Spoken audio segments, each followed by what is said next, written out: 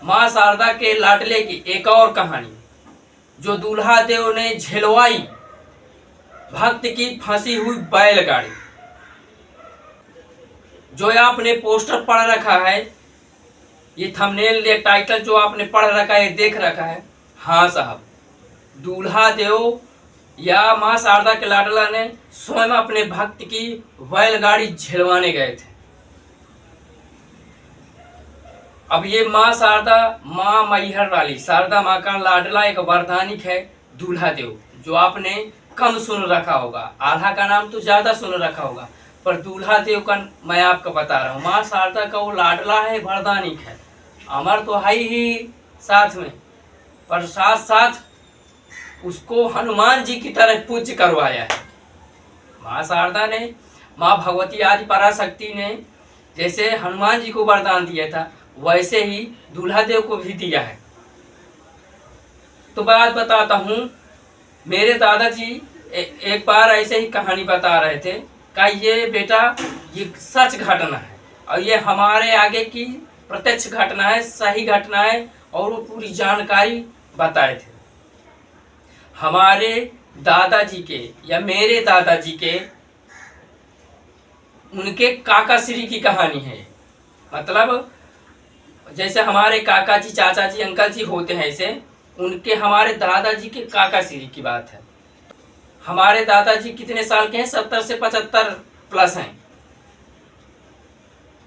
पर अब समझो उनके काका श्री, तो मान के चलिए कि ये कहानी आज से 60-70 साल की कहानी होगी, 50 साल की होगी, 60 साल की होगी, 40 साल की होगी, पर उनके कहानी उनके सामने की है।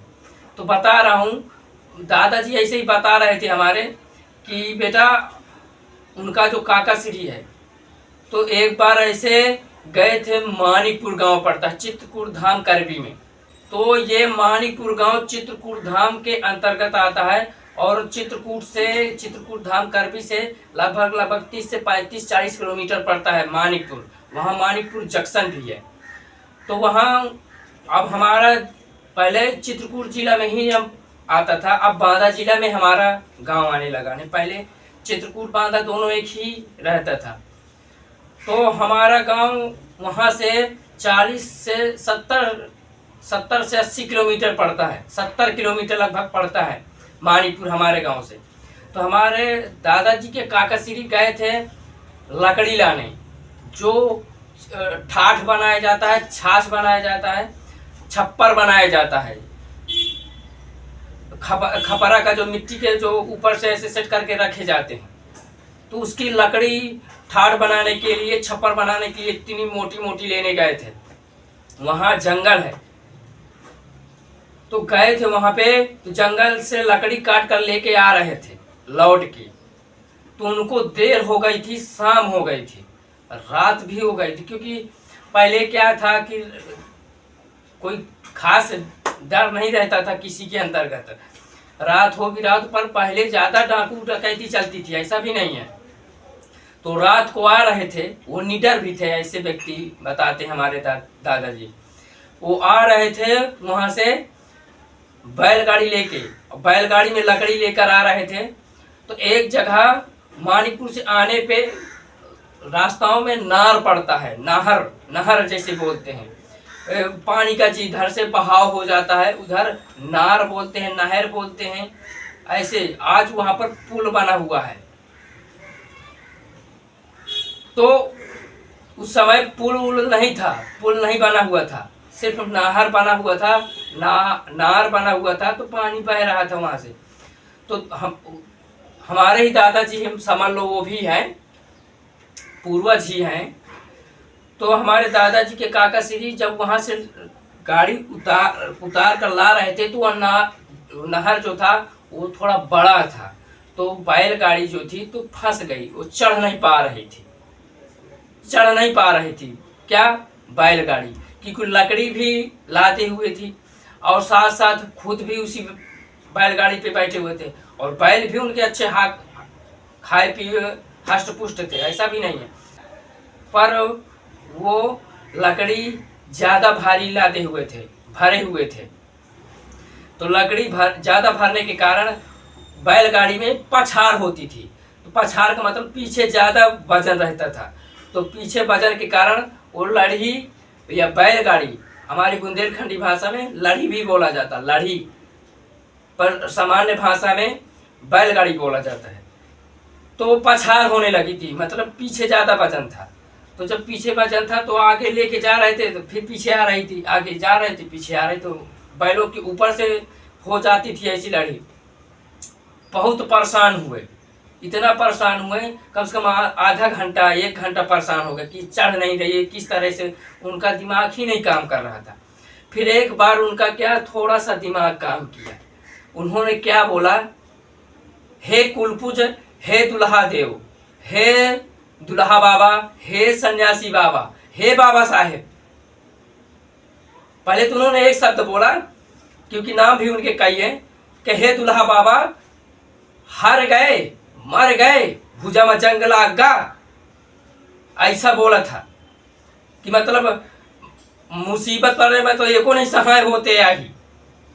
इस तरह की कटु वचन बोले थे दुल्हा देव को कि कहाँ गए, अब रात बिरात हम फंस गए हैं, कि कहाँ गया, अब हम रात बिरात फंसे हुए हैं, अब हमारी सहायता करने कोई नहीं आ रहा, अब मैं भी अकेले फंसा हूँ, बैलगाड़ी लिए वजन लादे हुए भरे हुए, अब कोई सहायता करने नहीं आ रहा है, कहाँ है, ऐसे मतलब कटु वचन बोले। फिर इसके बाद वो परेशान थे। फिर इसके बाद वो बैलगाड़ी को फिर वैसे ही बैठ गए, फिर झेलने लगे परेशान। तो कुछ 10-15 मिनट और हुआ। फिर 10-15 मिनट बाद कुछ ऐसा क्या हुआ कि पीछे से जिधर से आए हुए थे मानीपुर साइड से, तो वहां से एक सफेद कपड़ा पहने हुए, सफेद धोती की कांच बनाए हुए और लाठी लिए हुए हाथ में, और सफेद कपड़ा पूरा मतलब कुर्ता और धोती पहने हुए ऐसे आए, एक लंबे और हट्टे कट्टे जैसे, लंबे जवान के जैसे, पूरा मतलब देसी टाइप, लाठी लिए हुए और सफेद धोती की कांच बांधे हुए और कुर्ता सफेद पहने हुए आए। तो आ रहे थे पीछे से धीरे धीरे। तो जब बैलगाड़ी के नजदीक पहुंचे तो उन्होंने क्या बोला दुल्हा देव ने, अरे भैया भैया भैया भैया, क्या हुआ, बैलगाड़ी फंस गई क्या, लड़ी फंस गई क्या, अरे भैया यार बहुत देर से कहा है यार, बहुत देर से परेशान हुए होंगे आप, ऐसे मतलब दुल्हा देव ने थोड़ा बनाया और उसको समझाया बताया। कहा चलो भैया कोई बात नहीं, अब मैं आ गया हूं ना। दूल्हा देव वहां पे क्या कहते हैं दूल्हा देव वहां पे क्या कहते, अब आ गया हूं मैं, तो टेंशन मत लो। दूल्हा देव वहां पे क्या कहते हैं, अरे भैया मैं आ गया हूं, अब टेंशन मत लो, मैं झेलवा दूंगा, आपकी बैलगाड़ी झेल दूंगा, आप पार हो जाओगे, निकल जाओगे। कहा भैया, तो उन्होंने क्या बोला, यहाँ पे बुंदेलखंडी भाषा बताता हूँ, कहा भैया यार मैं परेशान हो गए, 1 घंटा हो गया, ये कौन नहीं देवी देवता सहाय होती है, मतलब कोई देवी देवता कोई नहीं सहाय होता। हालांकि आए वही थे, भैया मैं परेशान हो गया हूँ, कोई नहीं मुँह सहायता करें यहाँ होता है, कौन मुँह सहायता करें नहीं आ होता है, मैं परेशान हो गया या भैया, तो आखिर आ गया, कहाँ जाते रहे यार, चल कौन से भाई मोर लड़ी या बैलगाड़ी झेलवा दे, मतलब तू किसी तरह से आ गया भाई, तो मेरी बैलगाड़ी झेलवा दे, ऐसे मतलब दादा श्री बोले।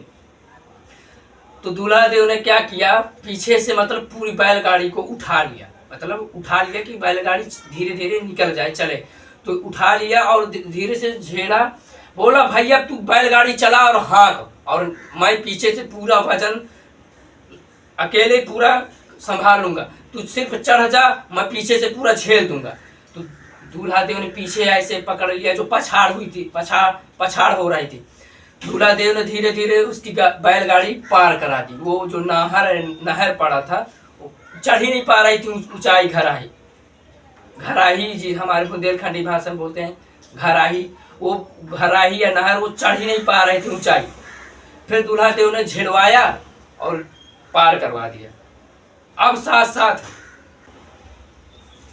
साथ झेलवाने के बाद बैलगाड़ी तो निकल गई, अब साथ साथ पीछे भी चल रहे हैं दूल्हा देव बैलगाड़ी के साथ साथ। अब वो दरबार करते जा रहे हैं, उन्हीं दादाजी से, हमारे बाबा जी से, बाबा श्री से, दादा श्री से दरबार भी उसी तरह करते चले जा रहे हैं। जो है रिश्तेदार ऐसे सब बताते चले गए। बोला भैया यार रात का चल, कोई नहीं है तो मैं तेरे साथ चलता हूँ। कहा भैया कहाँ जाना है? तो हमारे दादा श्री ने बताया कि मेरा गांव फलाने गांव में पड़ता है, वहाँ मुझे जाना है। तो दूल्हा देव ने भी बताया कि भैया मुझे भी, मेरा भी गांव उसी साइड है। मतलब देखो दूल्हा देव क्या कर रहे हैं, वहां तक साथ साथ जाने की कृपा कर रहे हैं। जैसे कृष्ण ने सुदामा की पूरी सहायता की थी, ऐसे दूल्हा देव भक्त के साथ साथ साथ बैलगाड़ी के साथ साथ, कि फिर न कहीं झंझट में कि उलझ न जाए, तो साथ साथ उसी साथ साथ चल रहे हैं भक्त के साथ। अब दूल्हा देव पूरा ऐसे दरबार करते रात भर चली आए। सुबह शाम से गाड़ी वहाँ बैलगाड़ी आ रही है पैदल, ऐसे मतलब 3-4 घंटा उनके साथ वो पैदल पीछे यात्रा कर रहे हैं दूल्हा देव, और वो बैलगाड़ी में मस्त आगे बैठा हुआ हाँक रहा है, चला रहा है, बैलों को आगे पुचकार रहा है, उट्टी यहाँ ऐसे कर रहा है और चले जा रहे हैं। दूल्हा देव पीछे पैदल पैदल आ रहे हैं। पर सुबह 4 बजे, सुबह 4 बजे, पर सुबह 4 बजा, जब 4 बजा तो जब 4 बजा तो थोड़ा मौसम क्या होता, खुलने लगता है, झुकमुक सा होने लगता है, उजाला सा होने लगता है 4-5 बजे। तो दूल्हा देव ने चित्रकूट धाम करबी के आसपास कहीं, हमारे दादाजी बताते हैं कि कोल का दहिया पड़ता है, कुछ मतलब नजदीक आ गए थे गांव के पास। तो कोल का दहिया, इस गांव का नाम कोल का दहिया, ऐसे ही बरवारा ऐसे गांव वहां पे आसपास पड़ते हैं। तो दूल्हा देव ने कहा कि भैया अब मेरा गांव यहीं पे नजदीक आ गया है, तो मैं अब जा रहा हूं, अब आप चले जाओगे ना? दूल्हा देव कह रहे हैं आप चले जाओगे ना? बोला हाँ भैया मैं निकल जाऊंगा, घर पहुंच जाऊंगा, चला जाऊंगा, कोई दिक्कत नहीं है। तो दूल्हा देव की जहाँ पर मतलब ऐसे रोड कट थी, तो दूल्हा देव रोड से कट होकर चले गए। अब वो दादाजी हमारे आए, घर जब आए, अब जब आए तो एक दिन ऐसा क्या हुआ, लकड़ी लाया, घर बनाया, सब कुछ किया, पर एक दिन ऐसा क्या हुआ, कोई त्योहार पड़ा। दादाजी बताते हैं कोई त्योहार पड़ा तो उनकी पूजा हुई, माँ शारदा की, दूल्हा देव की, सेजवार के भैरम बाबा की। तो जब उनकी पूजा हुई तो हमारे दादा के दादा, मतलब उनके जो जिनके मतलब साथ चले थे, उनके काका श्री, अब बात समझ में, उनके काका श्री के साथ, मतलब दादा के दादा के दादा, दादा के दादा के दादा, मतलब समझ पाए कितनी पीढ़ी हुई, 4 से 5 पीढ़ी। उनके समय की ये कहानी है। उनके दूल्हा देव की शक्ति आती थी, तो ऐसे पूजा हुई, तो दूल्हा देव तो 2-4 महीनों बाद पूजा हुई, तो उन्होंने क्या किया, दूल्हा देव जैसे मतलब माँ शारदा की पूजा हुई, आराधना हुई, और दूल्हा देव की आराधना हुई सब, और सेजवार के भैरव बाबा की आराधना हुई। फिर इसके बाद क्या हुआ कि दूल्हा देव की शक्ति जब उन पर प्रवाहित हुई, हमारे उन दादा श्री का नाम था श्री बालखड़ यादव, श्री बालखड़ यादव, वो हमारे गांव में वो महापुरुष थे, ऐसे बताया जाता है। वो साक्षात जैसे दूल्हा देव मतलब सहायता करते थे, ऐसे मतलब वो ऐसे काम होता था उनके आगे, ऐसे बताते हैं वो महापुरुष थे। ऐसे 4-5 भक्त बताते हैं जो महापुरुष थे हमारे गांव में। तो उनके जब दूल्हा देव की शक्ति आई, तो उन्होंने क्या किया कि भैया उस भक्त को बुलाओ। उन दादाजी श्री का नाम था श्री जग्गू यादव का। उस दूल्हा देव ने क्या कहा कि उस पुजेर को बुलाओ। दूल्हा देव वहां पे क्या बोलते, उस पुजेर को बुलाओ, फलाने नाम के श्री जग्गू यादव को बताते हैं, उस पुजेर को बुलाओ, उस भक्त को बुलाओ, आज उससे कुछ बात करना है, उससे कुछ मिलना है। जैसे ही आए तो जैसे ही मतलब उनको ढूंढ कर लाया गया, जो बैलगाड़ी जिनकी फांसी हुई थी, अब वो वहां पर पहुंचे। अब दूल्हा देव उनकी मतलब शक्ति प्रवाहित थी, तो वहां पर क्या देखो, कोई वहां पर 3-4 महीने बाद तो कोई मेल जोल नहीं था, पर अचानक दूल्हा देव वहां पर क्या हुआ कि अचानक दूल्हा तो उससे जब आकर सामने बैठे तो उसके एक थप्पड़ यहाँ पे मारा था। दादाजी बताते वहाँ सामने हमारे अभी भी दादाजी हमारे हैं, ऐसा नहीं है। वो दादाजी बैलगाड़ी वाले नहीं, जो हमारे ये दादाजी के सामने घटित कहानी हुई है। हमारे दादाजी बताते कि मैं भी वहीं पे था, तो बताते हैं कि एक थप्पड़ यहाँ पे मारा था, झींक कर खींच कर। बोला सब भूल गया। तो जग्गू दादा हमारे बोले, श्री जग्गू दादा बोले, कहे महाराज बाबा क्या हुआ? तो उन्होंने थोड़ा लाचारी अपना भजन गाया, माँ शारदा की जैसे पूजा आराधना होती है। लाचारी हमारे यहाँ बताते हैं, दूल्हा देव गाते हैं। फिर लाचारी के बाद उसका अर्थ बताया। कहे जब एक बार लकड़ी लेने गया था तब फंसा था, तब मुझे ताने मार रहा था, कटु वचन बोल रहा था, याद है? रात में फंसा हुआ था कहीं। कहे उस समय मुझे कटु वचन ताने मार रहा था, तब वहां पर 10 से 15 मिनट बाद मैं खुद वहां पर जाकर पहुंचा था तेरी सहायता करने, और वहां के साथ साथ तेरी बैलगाड़ी झेलवाया। अब कम से कम 25 से 30 किलोमीटर पैदल मैं रेंगा, साथ साथ तेरे बैलगाड़ी के पीछे साथ साथ तेरी सहायता करने के लिए आया। जब समय हुआ उजाला होने का तब मैं वहां से कटकर चला गया कि मेरा गांव आ गया। वो कोई नहीं था, वो स्वयं मैं ही था, पूरा शरीर रूप धारण करके, पूरा प्रत्यक्ष पर वो मानव रूप धारण करके आए थे। ऐसे दूल्हा देव बता रहे थे श्री जग्गू यादव को। कहे वहां पर मैं स्वयं आया था, तू ताने जब मार रहा था 10 से 15, क्योंकि तेरी उस समय बुद्धि भूल गई थी कि मैं स्वयं आया हूं, तू मुझे ही पुकार रहा था। ऐसे बता रहे थे। एक थप्पड़ मारा था, बोला सब भूल गया। और फिर दूल्हा देव ने बोला कि तूने तो मुझे ये भी नहीं बोला था कि भैया तेरी मेरे साथ पैदल आ रहा है, तुम मेरी बैलगाड़ी बैठ जा, मेरे बैल खींच ले जाएंगे।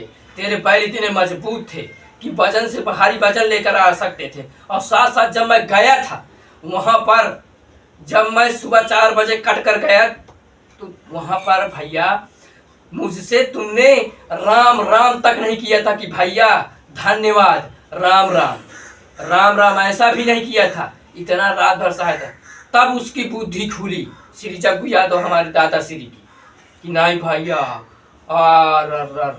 अच्छा सही सामान प्रत्यक्ष रूप दूल्हा देव पहुंच गए थे मानव रूप में, और मेरी सहायता बैलगाड़ी के रूप में झिलवाई। फिर उन्होंने गलती मांगी, क्षमा मांगी। बोला मेरे पास तो कुछ नहीं है, बस उन्होंने कहा मेरे पास तो मैं थोड़ा कुछ, एक भक्त प्रसाद रूप में उन्होंने 2 नारियल दिया था कि हे दूल्हा बाबा आपने मेरी सहायता की, आपका धन्यवाद। बाद में उसे याद दिलाया, बाद में उसने धन्यवाद किया। फिर गया दुकान तो वहां से 2 नारियल ले आया, बोला इतनी मेरी भेंट है, स्वीकार करो, मुझसे गलती हो गई, मैं आपका पुजेर हूँ, मैं आपका भक्त हूँ, मैं आपका लाडला हूँ, कि हूँ तो आपका ही। ऐसा करके गलती माना, क्षमा मांगा। तो ये है भैया दूल्हा देव की कहानी, माँ शारदा के लाडले की कहानी। स्वयं मानव रूप में प्रत्यक्ष होकर पहुंच गए थे। माँ शारदा के वरदान में लाडला दूल्हा देव, दूल्हा देव स्वयं प्रत्यक्ष होकर पहुंचे भक्त की सहायता और बैलगाड़ी झिलवाने। ये है भैया कहानी। तो भैया ये कहानी आपको समझ में आई? अगर आपको ये दूल्हा देव की माँ शारदा के लाडला की वरदानी की कहानी भैया अगर समझ में आई हो, और ये जानकारी अगर आप हर व्यक्ति तक शेयर करना चाहते हैं, तो मैं आपको यही कहना चाहता हूँ भैया कि ये जो तीर का निशाना बना हुआ है ना, तीर का निशाना, वो शेयर कर देना ताकि ये जानकारी सभी तक जाए। और हाँ, ये कहानी अभी कलयुग की है भैया। मैं आपसे बस यही कहना चाहता हूँ कि अगर आप मेरे चैनल पर नए हैं तो भैया सब्सक्राइब कर देना, साथ साथ बेल आइकन जरूर ऑन कर देना, ताकि आपको ऐसी जानकारी समय से समय प्राप्त होती रहे भैया। तो ठीक है भैया, सभी को धन्यवाद। जय माता दी।